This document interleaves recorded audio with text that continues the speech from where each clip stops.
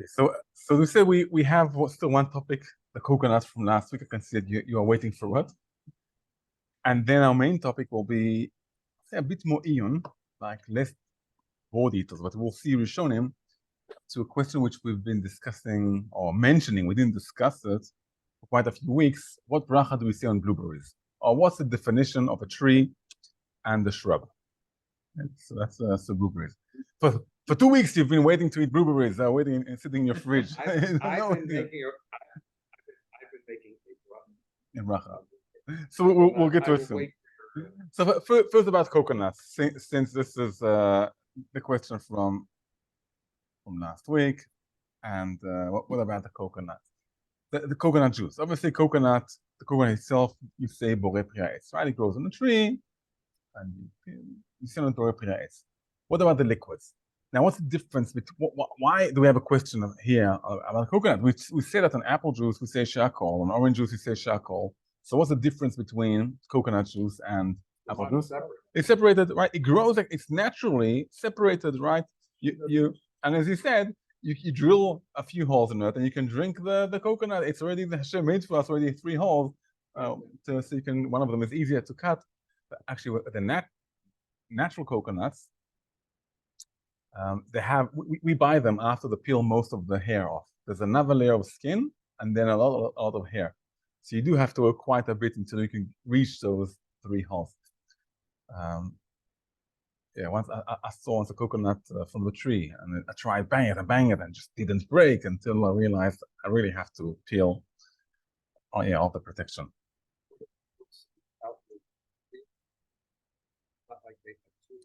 A knife. You use a knife to cut it. You just use a big knife to cut it. Anyway, so the bracha on coconut liquids is shehakol. From all the poskim I saw, the right that the bracha is shehakol, and they refer to what we saw about liquids from dates or silan, which it's defined as ze'a be'alma, like a fruit sweat. It's not real. It's not the fruit itself. It's liquid from the fruit. And you say, okay, it grows naturally like that. I think that maybe a good way to understand it for us, it's reminding the beer. We always go to beer. Why beer? First, I'm not saying why we go to beer, but you can take that answer. But the reason we go to beer is because we had a discussion about bracha we see on beer. Because we said that when we have mezonot in a mixture, even if it's the minority, the bracha will be mezonot, right? That's why we have, by the way, quite a good question about Twizzlers. Twizzlers? What bracha do we say on Twizzlers? So the bracha isolate shakol, I know it's a machloket, but since it's a machloket isolate shakol, and the reason is it's true that you have mezonot there. The mezonot is just you don't even know. Maybe it's how many. Maybe it's depends on how many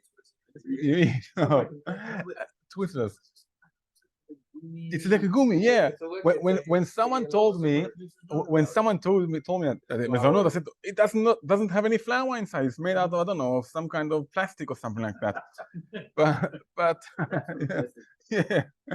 But then I looked at the ingredients, and it actually has flour inside it. Yes. If you want to Google a second, let's see a second.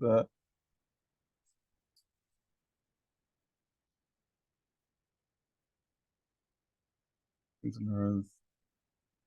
You don't know what they are? Yeah. Where was your childhood? Yeah. Corn syrup. Yeah. It has inside corn syrup, wheat flour, sugar, cornstarch. So the second ingredient is wheat flour. Now, it's changed so much. Okay. So it does make sense to be mezonot. We weren't going to. I think we discussed Twizzlers in the past. Icing not charcoal, just because you can see you didn't even know it has flour inside it. It changed so much. It's just, the flour is there just to hold the sugar or the corn syrup. Okay, so that's about the Twizzlers. But the same idea, beer, even although the minority is whatever it's made out of, wheat beer or barley beer, whatever beer it is. In the end, we still say shehakol, and because it doesn't have the goal of satisfying you or making you not hungry. It's there for the flavor, so you won't be thirsty to enjoy it. So something which is for satisfying, then you can say mezonot. That's what it seems like from the halacha. And the same, that's what I understand, at least in fruit. If it's there as a meal, for example, you have vegetable soup and you have also the broth, the liquids. So it's there, it's part of a meal. But if it's just the juice, just to get the flavor of it, just to get the enjoyment from it, so that then the bracha will go down to shakol, and we'll call it just as ze'ah be'alma, just as a sweat or liquids that comes from the. It's not the main part of the fruit. So that's I think that's the explanation. General rule that liquids that come out of any food are alcohol, despite making a fruit or on the fruit itself, yes. And we did bring a machloket last week, although the regular, the common custom isn't like that. That if the fruit is planted for that purpose, so mostly for that purpose, so you say borei pri ha'etz. So we did bring an opinion like that last week. An example could be coconuts. Coconuts has a few varieties. One of the varieties, what we get here in Israel, you eat the fruit. That's some places in Mexico, they take a coconut, cut it for you, give you the liquids, and then throw out the fruit. You can eat the fruit, but they throw out the fruit. And there's still, it seems like that you'll say, it's a different kind of coconut, I guess. So still seems that the bracha will be shakol, but we did bring a machloket about it last week. So same apply to oils, that it's like olive oil, on oil. So olive oil we mentioned last week, that since that actually takes the olives and makes it into a higher level, in some cases you'll say ha'etz on olive oil. It has a mixture inside it, and it's part of what people eat and to make them stronger. You'll say ha'etz on it. But we mentioned since that mixture isn't common today, so we didn't go deep into it. But olive oil and wine, both of them are unique, and both of them are unique also from maybe the Israeli culture of the 7 species and what they used to have in Israel, and also in the Torah level. So wine and olive oil, especially.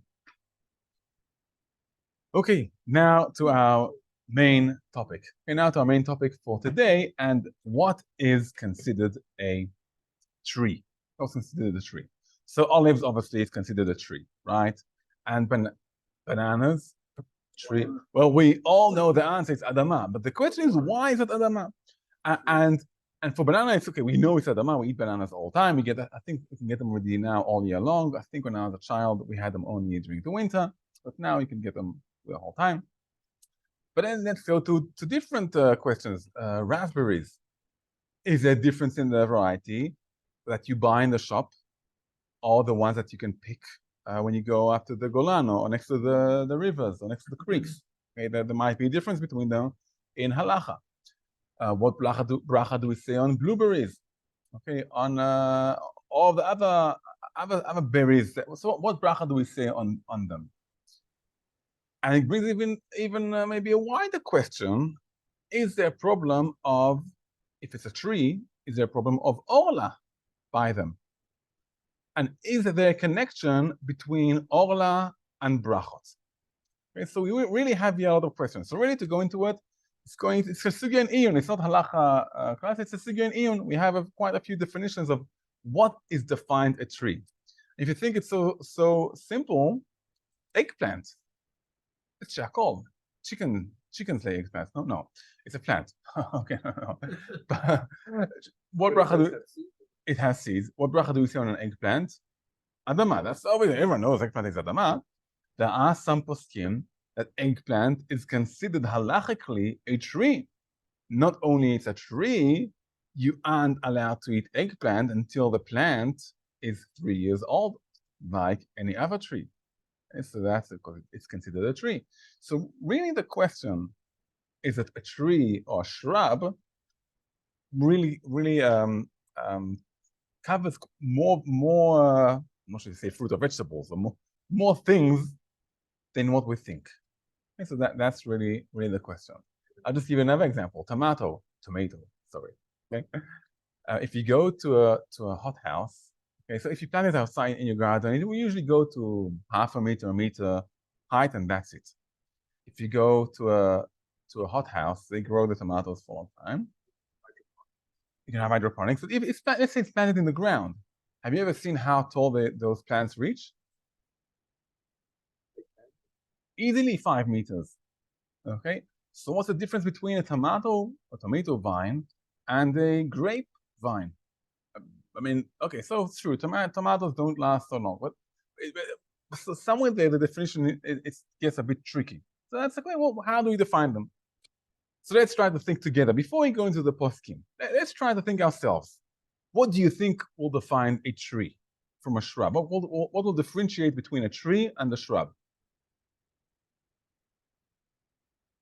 Or a third thing, a tree, a shrub, or a plant. Or let's say a plant. Adama, what the difference between? Because when I think of the answer, I think that a tree will shed, but it will be rooted and roots will still stay. So you're saying if the roots stay there, okay? If the roots stay there, okay, the roots you don't have to replant it. Okay. No, it might be a question. If the roots, that sounds very short, say like that. Yes. The Rosh. It's just like the Rosh. We'll get to it soon. See, if the roots stay there, maybe you need also the branches to stay there. Well, a tree. Let's take a grapevine, for example. Have you seen a grapevine? Have you been to a vineyard? Just this week. This is very romantic. You have nice pictures there. If you go there around sunset, and then now more or less is when they start picking the grapes for wines, depending on where they grow. So it's very nice. Very nice pictures you can have there. So it loses all the leaves, right? But the tree itself is still there. So that I'll say that's a tree. Okay.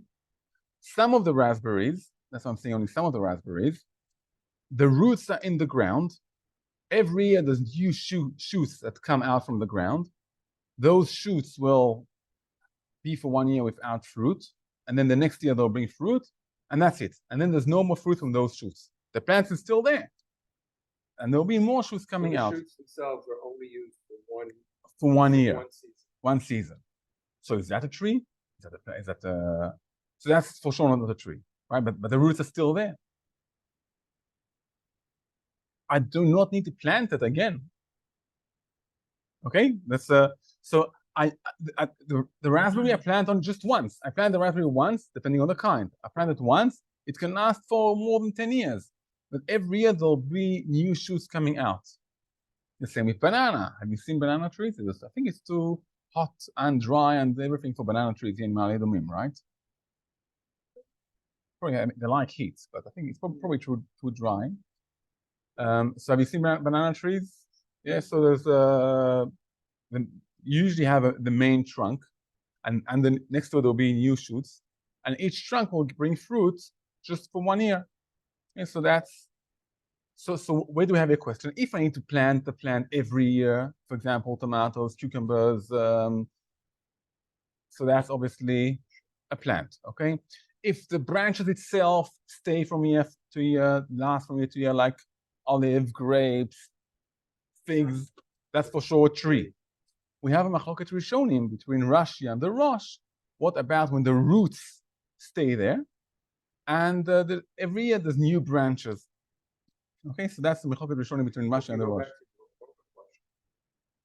The same question for Ola applies, right?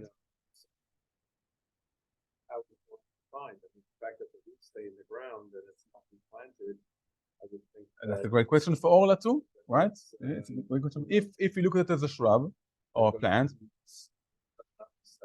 right? So maybe there's no Ola at all. Maybe there's no Ola. Yeah. Maybe it is Ola. Okay, it's the same question. Let's think for what other definitions might we think of? What differentiates between a tree and a plant?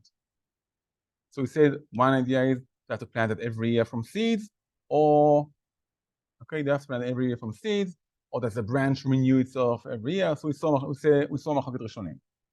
What else might be the difference? It has bark around it. Okay, so that's bark around it. That's a class. What is it? Some of it is discussed in the Gemara. Most of it in the Rishonim. Some is discussed. The Gemara says that I'll read for you the exact term. Sorry for The Gemara says, there's something in the Gemara and something in the Tosefta. Okay, the Gemara says, when you take the fruit, there's no gavza, okay, no gavza, that again gives fruit, so it's adama. And the question is, that's a machloket between Rashi and Rosh. When we say gavza, what is gavza? Is gavza the roots? Like, for example, cucumbers. Every year there's no roots. You have to plant the plant again. Or gavza is the branch itself. So the machloket Rishonim between Rashi and the Rosh is about raspberries. And every year there's new shoots. The plant, the roots stay. Every year there's new shoots. According to Rashi, it's adama. According to the Rosh, it will be ha'etz. Okay, so the Rosh looks by the roots. Rashi looks by the branches. You said if it has a bark, right? So something close in the Rishonim. Have you ever cut a tree? Yeah, obviously we cut trees, right? Sap comes out. Have you ever cut a branch of a tomato? What's the difference between the stem of a tomato plant and that actually snips. The tree may not, unless it's really dry. Yeah, it really does not snip. So it's softer. But what's the Rishonim look at the idea that it's hollow in the middle.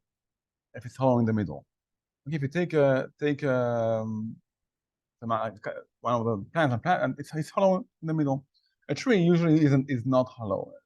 Sometimes a bit grapevines could be a bit hollow, but not as hollow. So it's not the bark; is it hollow?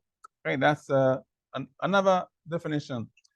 Another question is where does the leaf come from? That we won't go into it. What other definitions might we have between a tree and a plant? Let's think of Orla. When can we eat fruit trees? After how many years? 3 years. Have you ever planted? Do you have an orange plant in your garden? An apple plant? No? Some tree? Lemon plant. Okay, you planted your lemon plant. Did it have fruit in the first year? That was 30 years ago. Okay, so who remembers? Okay. But you were younger then. Yeah. So fruit trees typically do not have fruit in the first year. Typically, they also will not have fruit in the second year, and also not in the third year. And if they have, it'll be 1 or 2 fruit. The older the tree gets, the better the fruit will be, until then it gets like people. But generally, like a wine. Wine is a great example. I went once to a winery. I have a friend who has a vineyard, and he has the year that he planted the wine. I think, why do you have the year? Because the older the trees are, the better it's considered. Like people, the older we get, the wiser we get, right? So maybe people are like wine. I don't want to say the drunker we get, but with the drunk. But so that's with fruit trees. What about vegetables? Usually they give fruit in the first year, and for example, eggplant. The older the tree, the older the plant gets, the fruit aren't so good, unless you chop the tree, unless you cut the tree down almost until the ground. The same with passion fruit. Passion fruit typically will not live more than 3 years. Passion fruit, unless you really take care of it and really cut the branches quite often.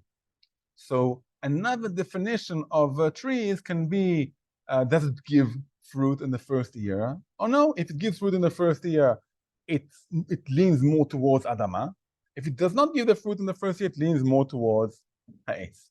Okay, and one more definition, we'll get into it, and then we'll just go to the halacha and summarize it up because our bit is getting closer. And that is, how tall does it get? How tall does it reach? Okay, a tree usually is tall, right? So in the poskim, we see more something between 3 tfachim or not 3 tfachim. 3 tfachim isn't so high, 24 to 30 centimeters. If it's more than 3 tfachim, it's above ground. It doesn't mean automatically it will be a tree. For example, tomatoes can grow more than 3 tfachim, right? But if it's lower than 3 tfachim, it gives more of a feeling of a plant. Okay, now before we go to halacha, just one comment, and then we go to halacha. Is there a connection between orla and blessings? Okay, so is there a connection? Some Rishonim say there's a connection. If it's a tree for orla, if it's a tree for brachot, if it's a plant for orla, it's a plant for brachot, the same thing. There is a place to say that no, orla is more, you could say maybe botanically defined. We want a botanically definition of a tree. What's the whole purpose of brachot? How do we see the world? How do we enjoy the world? So there's more of a place to say that in brachot, it really depends on our perspective. And that's up to here. I finished all of the introductions, and now finally let's get to brachot. Okay, eggplant, we said it's easy. Okay, it's easy, although I said it's a machloket. Why do we say adama nuts? Because it gives fruit in the first year, and every year that passes, so the fruit don't become so good, and unless you cut the tree, the plant really low. Okay, papaya. Why do you say adama on it? Because the trunk is hollow. Okay, the trunk is hollow. It gives fruit in the first year, and also the fruit grow right from the trunk. They don't go from branches. Have you seen a popo tree?